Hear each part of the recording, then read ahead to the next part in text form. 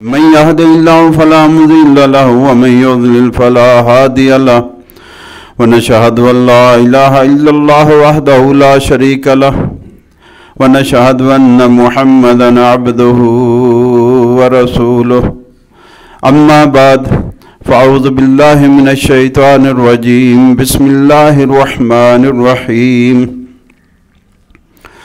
لعن الذين كفروا من بني إسرائيل على لسان داود وعيسى ابن مريم ذلك بما عصوا وكانوا يعتدون كانوا لا يتناهون عن منكر فعلوه لبئس ما كانوا يفعلون إن الله وملائكته يصلون على النبي يا أيها الذين آمنوا صلوا عليه وسلموا تسليما اللهم صل على محمد وعلى آل محمد كما صليت على إبراهيم وعلى آل إبراهيم إنك حميد مجيد اللهم بارك على محمد وعلى آل محمد كما باركت على إبراهيم وعلى آل إبراهيم إنك حميد مجيد الحمدللہ ثم الحمدللہ۔ اللہ پاک کا بے حد بے حساب بے شمار احسان ہے، اس نے ہمیں جمعۃ المبارک کی نماز کی حاضری نصیب فرمائی۔ اللہ تعالیٰ اپنے فضل و کرم سے ہماری یہ حاضری قبول فرمائے اور اسی حاضری کو ہمارے لیے دونوں جہان میں خوشیوں کا، خوشحالیوں کا، خیر و برکت کا اور آسانیوں کا ذریعہ بنائے، آمین یا رب العالمین۔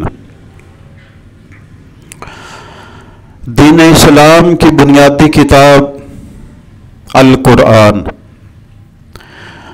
دین کو سمجھنا ہے، سمجھانا ہے تو قرآن ہی بیان کرنا ہے۔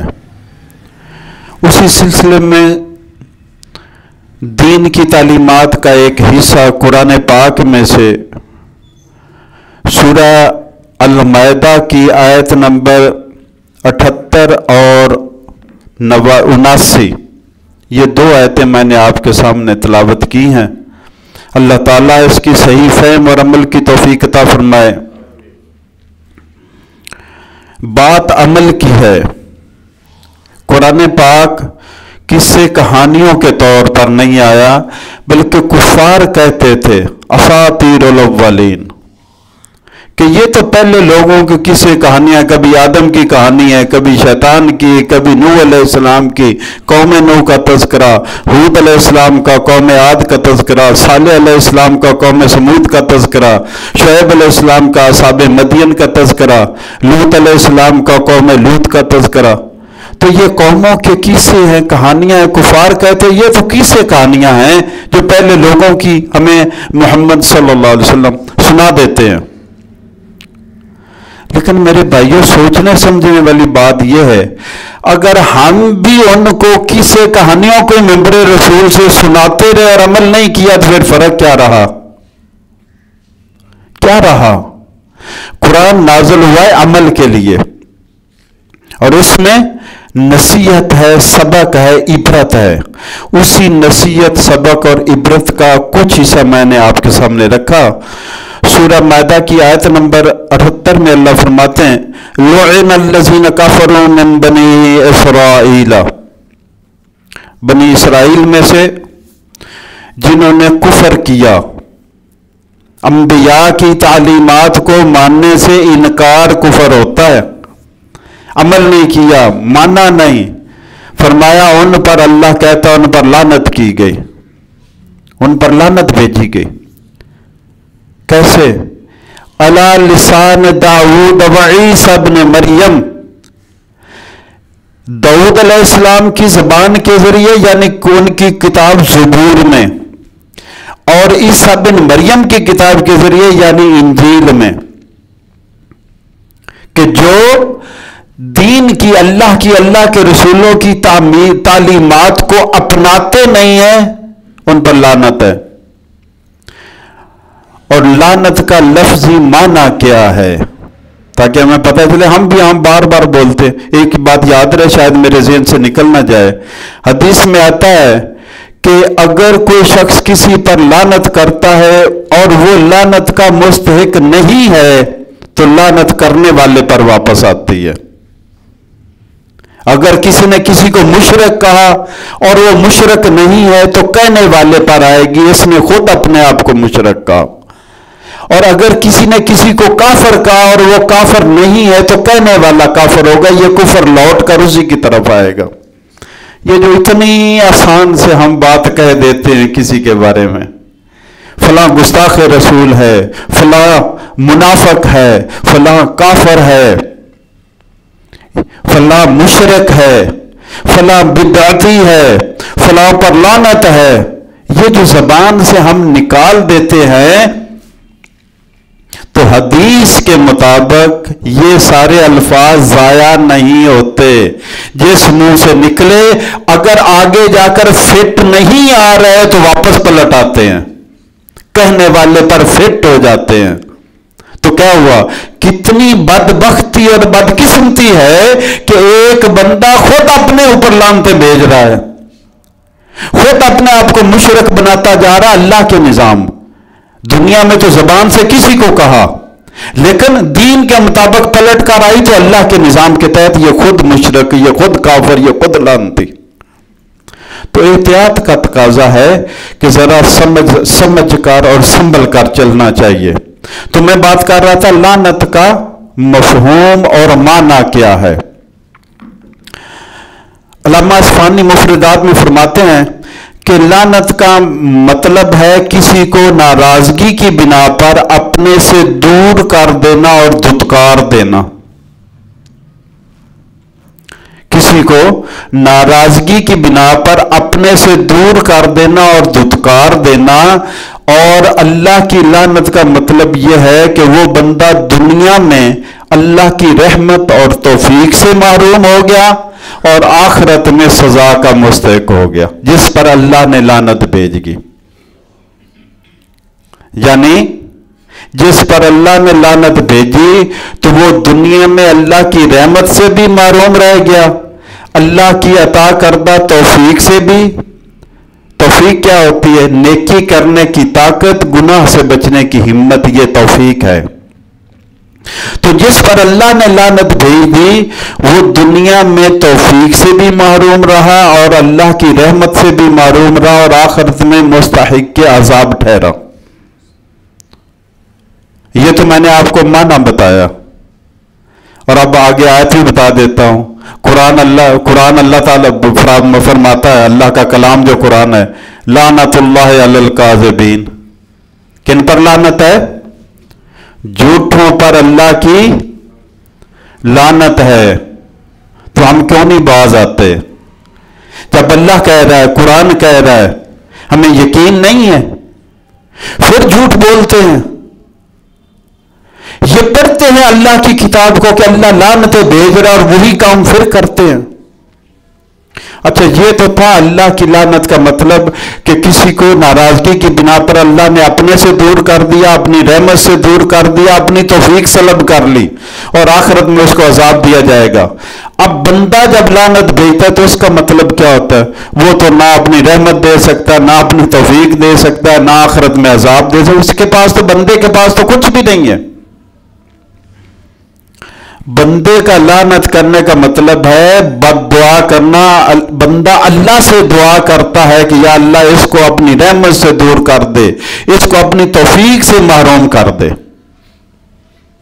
تو اب اللہ تعالیٰ فرماتے ہیں سورہ مائدہ کی آیت نمبر 78 میں، لعن الذین کفروا من بنی اسرائیل علی لسان داؤد وعیسی ابن مریم. بنی اسرائیل میں سے جنہوں نے کفر کیا، یہ قرآن میں نازل ہو رہا ہے. بنی اسرائیل میں سے جنہوں نے کفر کیا، جو انبیاء کی بات نہیں مانتے تھے بلکہ وہ تو اتنے سرکش تھے کہ نبیوں کو قتل کر دیا کرتے تھے. یہ اللہ تعالیٰ نے بیان فرمایا ہے کہ اگر تم اپنے دعوے میں سچے ہو کہ تم اپنے انبیاء کی تعلیمات کو مانتے تھے تو تم اپنے نبیوں کو قتل کیوں کر دیا کرتے تھے؟ تو فرمایا لعنت کی اللہ تعالیٰ نے ان پر لسان داؤد میں داؤد علیہ السلام اور عیسیٰ علیہ السلام کے درمیان تقریباً علماء کہتے ہیں 1000 سال سے زیادہ فاصلہ ہے. وقت کا جو فاصلہ ہے وہ 1000 سال سے زیادہ ہے. 1000 سال سے زیادہ عرصہ ہے داؤد علیہ السلام اور عیسیٰ علیہ السلام کے درمیان. تو داؤد علیہ السلام پر جو کتاب نازل ہوئی وہ زبور ہے، بڑی 4 اہم کتابوں میں سے، آسمانی کتابوں میں سے. اور عیسیٰ علیہ السلام پر انجیل نازل ہوئی. تو اللہ تعالیٰ نے اس میں فرمایا کہ اللہ تعالیٰ نے لعنت کی ان پر، اور ان پر لعنت کرنے کا سبب جو بیان کیا. میں ہمیشہ کہتا ہوں کہ جو ان قوموں کے ساتھ ہوا سو ہوا. سوچنے کی بات یہ ہے کہ کیوں ہوا. قرآن کو پڑھنا ہے، نوح علیہ السلام کی قوم غرق ہوگی. ارے کیوں ہوگی؟ شیطان پر اللہ نے لعنت کی اور اس کو راندہ درگاہ کر دیا، دھتکار دیا. کیوں کیا؟ ارے اسباب کیا تھے؟ کہیں ہم بھی وہی تو نہیں کرتے جا رہے، شیطان پر لعنت بھیجتے جا رہے اور اس کے کام کرتے جا رہے؟ کیا ہم بھی تو وہی نہیں کر رہے جن اسباب کی بنا پر قوم نوح ہلاک ہوگی، اور ہم بھی وہی کرتے جا رہے ہیں؟ یعنی ان قوموں پر عذاب آیا، قوم لوط پر آیا، فرعون غرق ہو گیا، بستیاں تباہ ہوگی، برباد ہوگی. آخر کچھ اسباب تھے. میرے اور آپ کے لیے یہ نصیحت اور سبق ہے، ان اسباب پر نظر رکھنی ہے جن اسباب کی بنا پر، جن وجوہات کی بنا پر وہ قومیں ہلاک ہو گئیں، برباد ہو گئیں. مثلا آپ ایک کہانی سنتے ہیں یا کوئی بات آپ کو بتاتا ہے کہ ہمارے علاقے میں جناب ایک شخص تھا، وہ نشہ کرتا تھا اور نشے میں اتنا غرق ہو گیا کہ آخر وہ ہلاک ہو گیا. تو اس کہانی میں سے نتیجہ کیا نکلتا ہے؟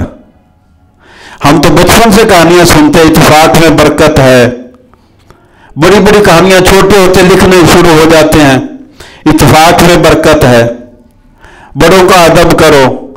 نہ ہمیں ادب آیا نہ ہمیں اتفاق آیا، کیونکہ ہم نے ان چیزوں کو سمجھا نہیں، ان کی روح کو نہیں سمجھا کہ جو کہانی بیان ہو رہی ہے، جو قصہ بیان ہو رہا ہے، جو حکم آ رہا ہے، جو آیت آ رہی ہے، اس کا مطلب کیا ہے، اس پر عمل کیسے کرنا ہے.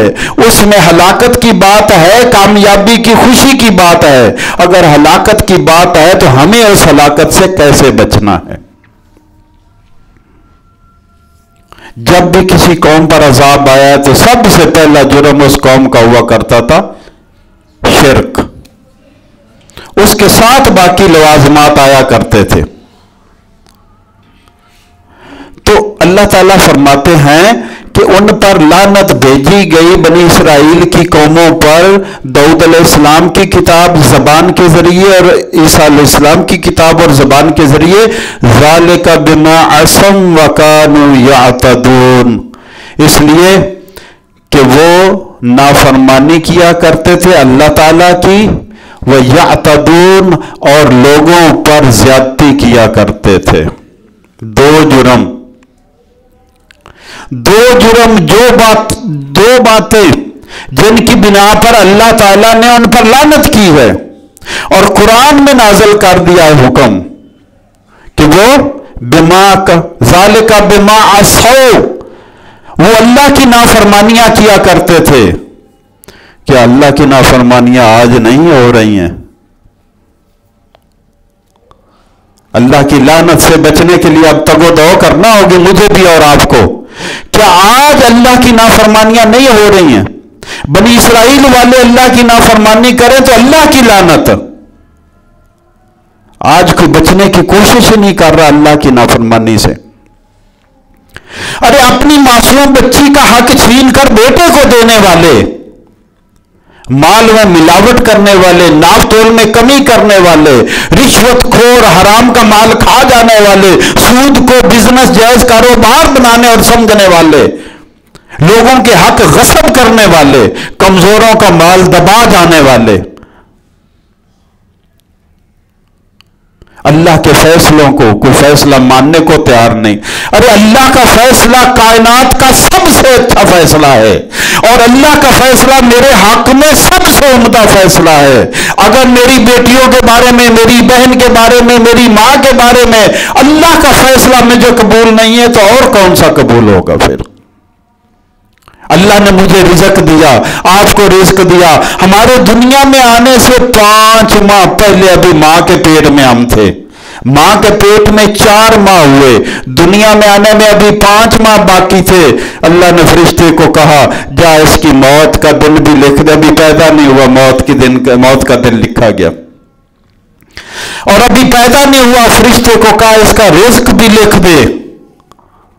وہ رزق جس کے لیے حلال حرام میں بندہ تمیز نہیں کر رہا، وہ دنیا میں آنے سے پہلے لکھا جا چکا. ملے گا وہی. یہ میرا ایمان ہے کہ مجھے ملے گا وہی جو میرے رب نے میرے لیے لکھوا دیا تھا فرشتوں سے. اب چاہے تو میں حلال کی کوشش کروں تو حلال سے آ جائے گا، اور اگر بے ایمانی کی کوشش کروں تو دوسرے رستے سے آئے گا. ملے گا وہی. اس میں اضافہ میرے رب کے علاوہ کوئی نہیں کر سکتا. یہ ہے، یہ میرا ایمان ہے، آپ کا ایمان ہے، ہر ایک کا ایمان ہے. تو فرمایا یہ لعنت بنی اسرائیل پر اس لیے آئی کہ وہ اللہ کی نافرمانیاں کیا کرتے تھے. تو یہی رک جانا ہے اپنی فرما برداریوں کو اور اپنی نافرمانیوں کو سوچنا ہے کہ ہم کس کاتے میں کھڑے ہیں. انصاف کا ترازو ہاتھ میں پکڑ لینا اور اپنے آپ کو پلڑے میں ڈال دینا. ادھر فرما برداری کے کام ڈال دو، ادھر نافرمانیاں. ایک کاغذ لو، ایک قلم لو، لکھتے جاؤ. آج کی صرف ایک دن کا حساب لگا لو. فجر سے شروع ہو جاؤ، نماز سے، نمازوں کا حساب کر لو. پھر کھانے پینے میں جو چیزیں استعمال ہوئی ان کا حلال حرام کا حساب کر لو. حدود سے تجاوز کا معاملات کا، زبان کے معاملات کو سارا دن میں بول رہا ہوں کتنا جائز بولا، کتنا ناجائز بولا. ہاتھوں کو کتنا صحیح استعمال کیا، کتنا غلط کیا. قدموں کی کتنے قدم صحیح چلے، غلط چلے، حق کی طرف باطل کی طرف. میرے بھائیو، ذالک بما عصوا، اس لیے لعنت آئی اللہ کی کہ وہ اللہ کی نافرمانیاں کیا کرتے تھے. شیطان سے اللہ تعالیٰ کی کوئی ذاتی دشمنی تھی؟ اللہ کا بندہ تھا. شیطان بھی اللہ کا بندہ تھا اور ہے. سارے میں بھی اللہ کا بندہ ہوں، آپ بھی اللہ کے بندے ہیں، وہ بھی اللہ کا بندہ، اللہ کی مخلوق ہے. کسی اور کو اللہ نے، اللہ تو اسی کو وہ بھی مانتا ہے. اس لیے کہ اللہ کے حکم کو ماننے سے انکار کیا، اس پر لعنت آ گئی. اور ایک ہی حکم پہ فیصلہ ہو گیا. ڈائریکٹ اللہ نے حکم دیا تھا. میری اور آپ کی بچت اس لیے ہوگی کہ بالواسطہ حکم آیا، انبیاء کے ذریعے اللہ نے اپنی تعلیمات پہنچائی. لیکن قیامت کے دن ترازو قائم ہونا ہے ان تعلیمات کا، ناپ تول لیا جائے گا. یہ تو ایک پہلو تھا کہ ان پر لعنت آئی اللہ کی نافرمانیوں کی وجہ سے. نمبر 2، وَكَانُوا يَعْتَدُونَ، ذَلِكَ بِمَا عَصَوْا وَكَانُوا يَعْتَدُونَ. دوسرا ان کا قصور یہ تھا جن پر لعنت کی گئی بنی اسرائیل کے لوگوں پر کہ وہ اللہ کے بندوں پر زیادتیاں کیا کرتے تھے. یعتدون، حد سے بڑھ جایا کرتے تھے، زیادتی کیا کرتے تھے.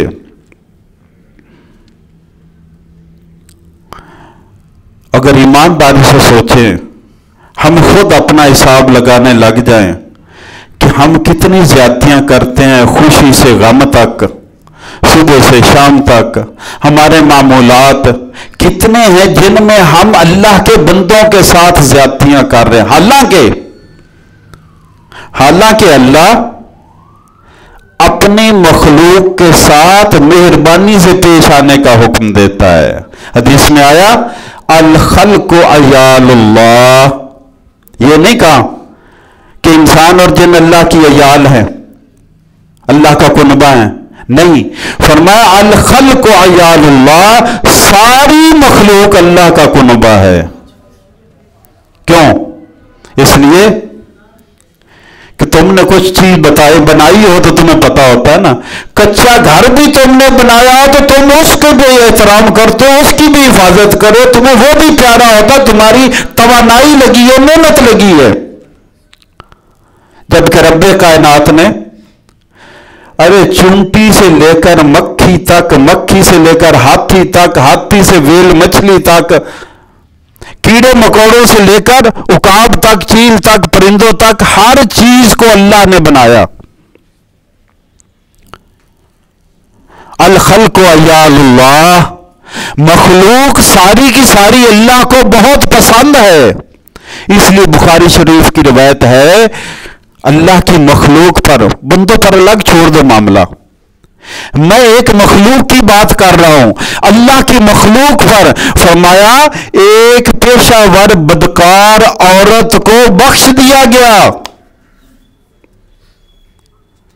روایت میں آتا ہے بخاری شریف میں کہ ایک پیشہ ور بدکار عورت کو بخش دیا گیا. کس وجہ سے؟ اس نے پیاسے کتے کو پانی پلایا تھا. ارے کتا اتنا اللہ کے نزدیک اہم ہو گیا کہ اللہ نے اس پر ترس کھانے والی بدکار عورت کو بخش دیا. لقد خلقنا الانسان فی احسن تقویم. اور یہ جو اشرف المخلوقات نمونہ ہے, اس پر رحم کرو. یہ جو اپنا خونی رشتہ ہے اس پر رحم کرو. یہ جو اپنا قریبی رشتہ ہے اس پر رحم کرو. یہ جو ہمسائیگی کا رشتہ ہے اس پر رحم کرو تو کتنا اللہ مہربان ہوگا.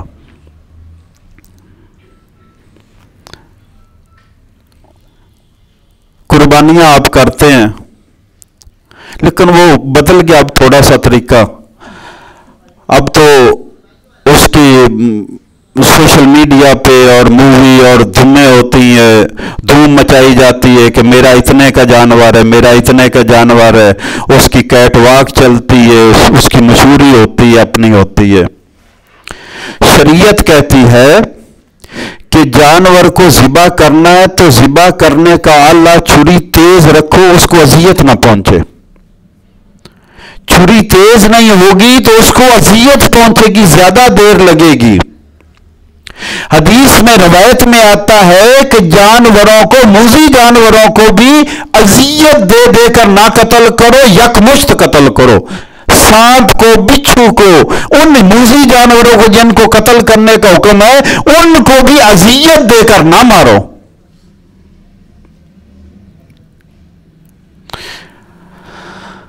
شریعت کا مزاج کیا ہے کاش ہم سمجھ جاتے. مزاج ہے رب العالمین ارحم الراحمین رحمت للعالمین. یہ رب کا مزاج ہے, دین کا مزاج ہے, شریعت کا مزاج ہے. ارحم من فی الارض یرحمک من فی السماء. لوگوں زمین والوں پر تم رحم کرو, آسمان والا تم پر رحم کرے گا. ہمارے پاس پتہ نہیں, یہ باتیں پہنچتی نہیں, ہمارے عقل میں آتی نہیں, ہمیں سمجھ آتی نہیں. ہمیں یہ سمجھ آتی ہے کہ فلاں ایسا ہے, فلاں ایسا ہے, وہ کافر ہے, وہ مشرک ہے, وہ گستاخ ہے, وہ ایسا ہے. یہ نیگیٹیوٹی اور منفی سوچ ہمارے اندر کوٹ کوٹ کر بھری ہوئی ہے. کیوں؟ اس کا محرک شیطان ہے.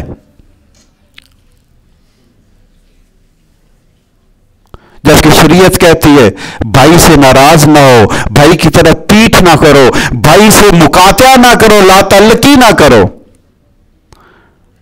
ولا تباغضوا ولا تدابروا وكونوا عباد اللہ اخوانا.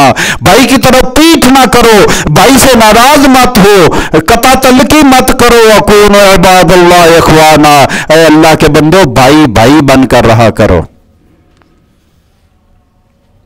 یہ تو حدیث تھی, جبکہ اللہ نے قرآن میں فرما دیا ان المؤمنون اخوہ. مومن سارے آپس میں کیا رشتہ ہے مومنوں کا؟ تو پھر ہم بھائی کی خیر خواہی کیوں نہیں کرتے؟ جب سارے میرے بھائی ہیں, آپ کے بھائی ہیں, تو جب کوئی سامنے آتا ہے تو پھر فرق کیوں پڑ جاتا ہے کہ بھائی کے لیے اور کزن کے لیے اور تعلق غیروں کے لیے، اور چاہے کلمہ ایک ہی ہے پھر بھی بھائی بھائی بن کیوں نہیں پائے؟ مزاج میں تصور دین کا نہیں ہے۔ تو فرمایا ذالک بما عصوا وکانوا یعتدون، ان پر بنی اسرائیل کے کافروں پر لعنت اس لیے بھیجی گئی، وہ اللہ کی نافرمانیاں کیا کرتے تھے اور اللہ کی مخلوق اور بندوں پر اور اللہ کے نبیوں پر زیادتیاں کیا کرتے تھے۔ اور اگلی بات، ان کی اللہ کی نافرمانیوں میں سے ایک نافرمانی کا تذکرہ کر دیا اگلی آیت میں، آیت نمبر 79 میں، کانوا لا یتناہون عن منکر فعلوہ، وہ ایک دوسرے کو گناہ کرتے ہوئے دیکھتے تھے، منع نہیں کرتے تھے۔ کانوا لا یتناہون، ایک دوسرے کو منع نہیں کیا کرتے تھے، عن منکر، برائی سے، فعلوا، وہ جو کر رہے ہوتے تھے ایک دوسرے کے سامنے، اور منع نہیں کیا کرتے تھے۔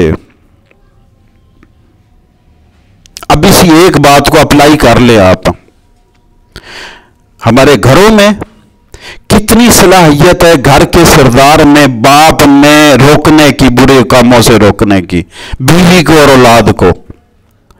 ہمارے قبیلے کے سربراہ میں، گاؤں کے نمبردار میں کتنی ہمت ہے کہ وہ گاؤں کے لوگوں کو برائی سے روکے اور اچھائی کی طرف، نام ہی کوئی نہیں لیتا، ڈرتا ہوا۔ جب تو بنی اسرائیل نے یہ کام ترک کیا تو ان پر لعنت کی گئی کہ یہ ایک دوسرے کو گناہ کرتا ہوا، آج گناہ کوئی نہیں کرتا۔ آپ کی اور میری آنکھیں نہیں دیکھتی کون غلط کر رہا ہے کون صحیح کر رہا ہے، تو کسی میں ہمت ہے؟ تو فرمایا، حدیث میں آتا ہے، قلب بخاری شریف کی روایت ہے کہ بنی اسرائیل میں برائی کا آغاز ایسے ہوا کہ جب کوئی گناہ کرتا، اس کے کسی بھائی کو پتا چلتا، دینی بھائی کو، تو وہ اس کو کہتا کہ یہ غلط ہے، نہ کر، اللہ کی نافرمانی سے باز آ جا، اتق اللہ ودع ما تفعل، اللہ سے ڈر اور یہ اپنی حرکتوں سے باز آ جا۔ لیکن جب دوسرا دن آتا، اسی کے ساتھ بیٹھ کر کھاتا، اسی کے ساتھ پیتا، اسی کے ساتھ بیٹھتا، فرق ہی نہ کرتا کہ جناب یہ غلط کام کر رہا ہے، میں نے اس کو روکا اور یہ باز نہیں آیا۔ فرمایا جب ایسا ہوا، اللہ نے ان کے دلوں کو پھیر دیا، جو نہ کرنے والے تھے ان کے دل بھی ان کی طرح ہو گئے جو گناہ کیا کرتے تھے۔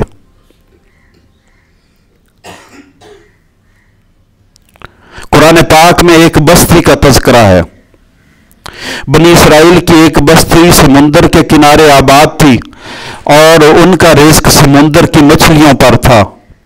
اللہ نے ان پر پابندی لگا دی کہ ہفتے کے دن تم نے شکار نہیں کرنا۔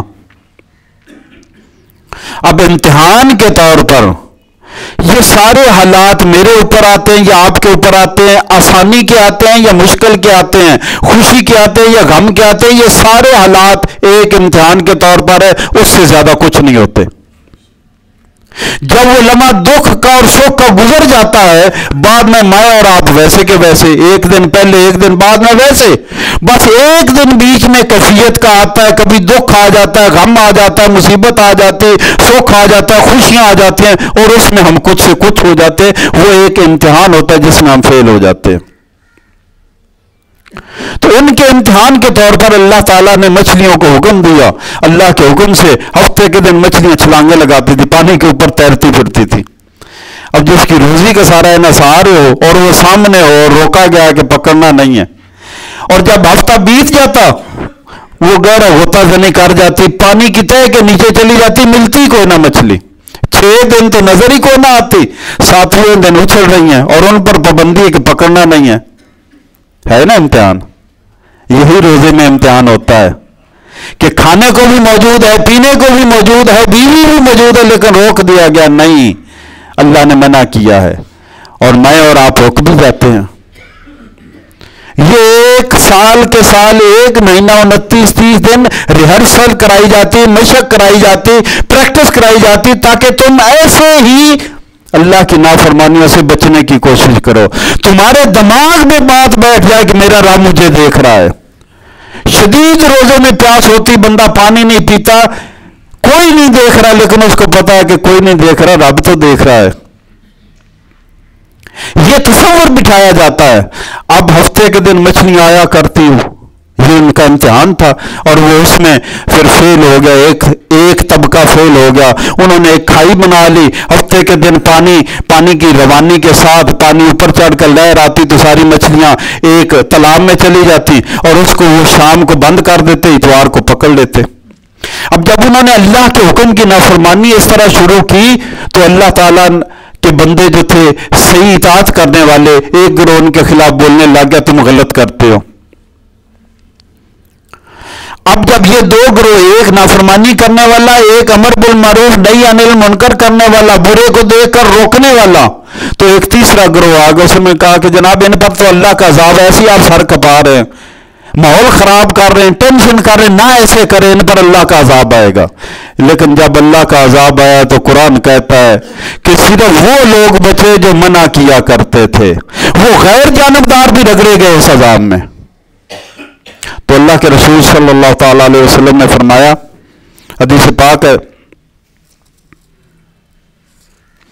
مسند احمد کی اور ترمذی شریف میں بھی یہ روایت ہے, حذیفہ بن یمان رضی اللہ تعالیٰ عنہ ان نبی صلی اللہ علیہ وسلم قال, اللہ کے نبی صلی اللہ علیہ وسلم نے فرمایا, والذی نفسی بیدہ, لوگوں اس ذات کی قسم جس کے ہاتھ میں میری جان ہے. اللہ کی قسم کھا کر اللہ کے نبی کہہ رہے ہیں, لَتَأْمُرَنَّ بِالْمَعْرُوفِ, لوگوں ضرور بر ضرور نیکی کا حکم کرتے رہنا, وَلَتَنْهَوْنَ عَنِ الْمُنْكَرِ, اور ضرور بر ضرور برے کاموں سے روکتے رہنا, أَوْ لَيُوشِكَنَّ اللَّهَ, ورنہ بہت قریب ہے, اگر تم ایسا نہیں کرو گے, نیکی کا حکم نہیں کرو گے, برائی کے روکو گے نہیں, تو ورنہ ایسا ہوگا لَيُوشِكَنَّ اللَّهُ يَبْعَثَ عَلَيْكُمْ عِقَابًا مِنْ عِنْدِهِ, اللہ اپنی طرف سے تم پر ایسا عذاب نازل کرے گا, ثُمَّ لَتَدْعُنَّهُ فَلَا يَسْتَجِيبَ لَكُمْ, پھر تم اللہ کو پکارتے رہ جاؤ گے, اللہ تمہاری پکار ہی نہیں سنے گا. اگر تم امر بالمعروف نیکی کا حکم کرنا اور گناہ سے روکنا چھوڑ دے گو, جب تم چھوڑ دو گے تو پھر تمہاری دعائیں قبول نہیں ہوگی, تم پکارتے رہ جاؤ گے, اللہ سے مانگتے رہ جاؤ گے, اللہ سنے گا ہی نہیں.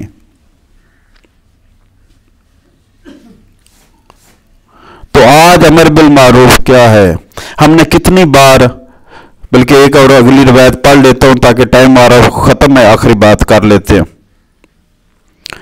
ابن ماجہ کی روایت ہے, حضرت انس بن مالک رضی اللہ تعالیٰ عنہ فرماتے ہیں, پوچھتے یا رسول اللہ, نبی صلی اللہ علیہ وسلم سے سوال پوچھا گیا, یا رسول اللہ کیسے, کب حالات, کب زمانہ آئے گا کہ امر بالمعروف اور نہی عن المنکر چھوڑ دیا جائے گا؟ یا رسول اللہ بتائیے کیا زمانہ ہوگا جب نیکی کا حکم کرنا چھوڑ دیا جائے گا, برائی سے روکنا چھوڑ دیا جائے گا؟ فرمایا جب وہ چیز ظاہر ہوگی جو پہلی امتوں میں ظاہر ہوئی تھی, تب یہ امر بالمعروف نہی عن المنکر چھوڑ دیا جائے گا. صحابہ نے پوچھا یا رسول اللہ کیا ظاہر ہوا تھا پہلی امتوں میں؟ تو فرمایا سن لیجیے گا, 3 کام ہے. فرمایا جب یہ پہلی امتوں میں ظاہر ہوئے تھے تو نیکی کا جرت نہیں ہوتی تھی, کہ حالانکہ امر بالمعروف کرنا, نیکی کا حکم کرنا, برائی سے روکنا ہر کے لیے ہر وقت جائز ہے. حکمران کے لیے ہاتھ سے روک دے, میرے اور آپ کے لیے زبان سے سمجھا دینا, اور جو ہمت نہیں کرتا دل سے اس کو برا سمجھنا, یہ ہر ایمان والے کے لیے. تو فرمایا قال الملک فی صغارکم, جب بادشاہی چھوٹوں میں آ جائے گی, چھوٹے بادشاہ بن جائیں گے, تب کسی میں ہمت نہیں ہوگی جائز نجائز کہنے کی. والفاحشات فی کبارکم, اور جب بڑے بڑے لوگ بے حیائی کے کاموں میں جت جائیں گے تب کسی کے ہمت نہیں ہوگی. ہم نے کتنی بار ٹی وی پر مذاکرے دیکھے, مباحثے دیکھے, ایک طرف عالم دین مفتی صاحب کو بلا لیتے, ایک طرف ایک فاحشہ عورت ہوتی ہے اور وہ مفتی صاحب کو بات نہیں کرنے دیتی, اور بیچ میں بیٹھا ہوا اینکر اس عورت کی حمایت کر رہا ہوتا ہے, اینکر پرسن. مجھے حیرانی ہوتی ہے کہ علماء عورت کے مقابلے میں ٹی وی پر بیٹھ کیسے جاتے ہیں. زیب بھی نہیں دیتا اہل علم کو ایسی عورتوں کے ساتھ بیٹھ کر مباحثہ کرنا, مذاکرہ کرنا. جنہوں نے بے تکی دلیلیں دے دی ہیں، جی آزادی، عورت کی آزادی، عورت کی آزادی، عورت کی آزادی سے لے کر جسم کی آزادی تک بات پہنچ گئی. کون ہے منع کرنے والا؟ جسم کی آزادی کے لیے بینر لے کر سڑک پر نکلی ہوتی ہے، کسی میں ہمت ہے روکنے کی؟ فرمایا جب بادشاہی، جب حکومت چھوٹوں میں آ جائے گی، جب بڑوں میں فحاشی آ جائے گی، والعلم فی رضالکم، اور علم کم ذات لوگوں میں آ جائے گا، رذیل لوگوں میں آ جائے گا، فاسق اور فجار نافرمان لوگوں میں، اللہ کی نافرمانیاں کرنے والوں کے پاس ڈگریاں آ جائیں گی، وہ اہل علم بن جائیں گے، اس وقت کسی میں ہمت نہیں ہوگی امر بالمعروف ونہی عن المنکر کرنے کی. اللہ تعالیٰ مجھے اور آپ کو آسانیاں عطا فرمائے. اللہ تعالیٰ ہمیں دین کی صحیح فہم اور عمل کی توفیق عطا فرمائے.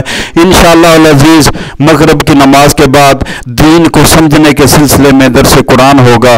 کوشش کیجیے آنے کی. اللہ ہماری کوشش کو قبول فرمائے. آمین یا رب العالمین.